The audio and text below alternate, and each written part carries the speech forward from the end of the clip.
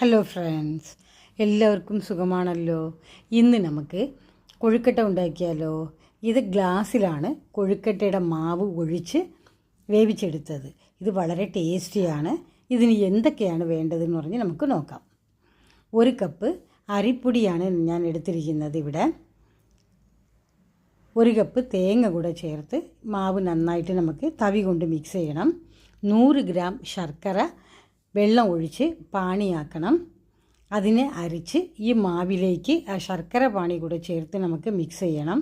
തവി കൊണ്ട് വേണം മിക്സ് ചെയ്യാൻ, കാരണം ശർക്കര പാനി നല്ല ചൂടാണ്. ഇതിലേക്ക് 1 സ്പൂൺ നെയ്യ് കൂടെ നമുക്ക് ചേർക്കണം. ഒരു പാൻ അടുപ്പത്ത് വയ്ക്കുക.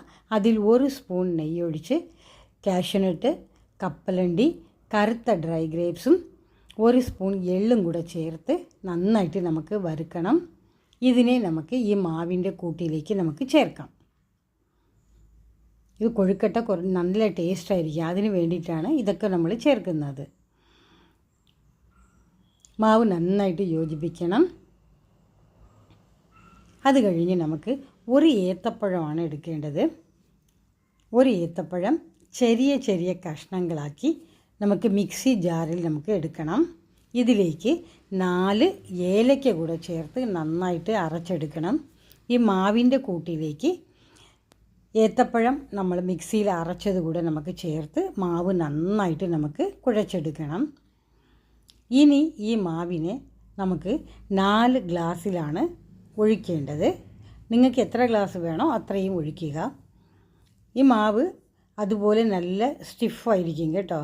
ഗ്ലാസ് നമുക്ക് ഇഡലി പാത്രത്തിൽ വെള്ളം വച്ച് അതിലേക്ക് ഇതുപോലെ നമ്മൾ കമത്തി വെച്ച് 10 മിനിറ്റാണ് അടച്ചു വെച്ച് വേവിക്കേണ്ടത്. 10 മിനിറ്റ് കഴിഞ്ഞ് എടുത്തപ്പോഴേക്കും കണ്ടല്ലോ, നല്ല സൂപ്പർ ഗ്ലാസ് കൊഴുക്കട്ട റെഡിയായി. ഇത് വളരെ ടേസ്റ്റിയാണ്, കാണാനും നല്ല ഭംഗിയാണ് അല്ലേ.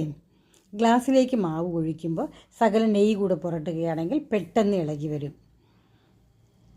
ഇത് എല്ലാവർക്കും ഇഷ്ടപ്പെടും. വീട്ടിൽ വിരുന്നുകാരൊക്കെ വരുമ്പോൾ പെട്ടെന്ന് നമുക്ക് ഉണ്ടാക്കി കൊടുക്കാവുന്നതേ ഉള്ളൂ.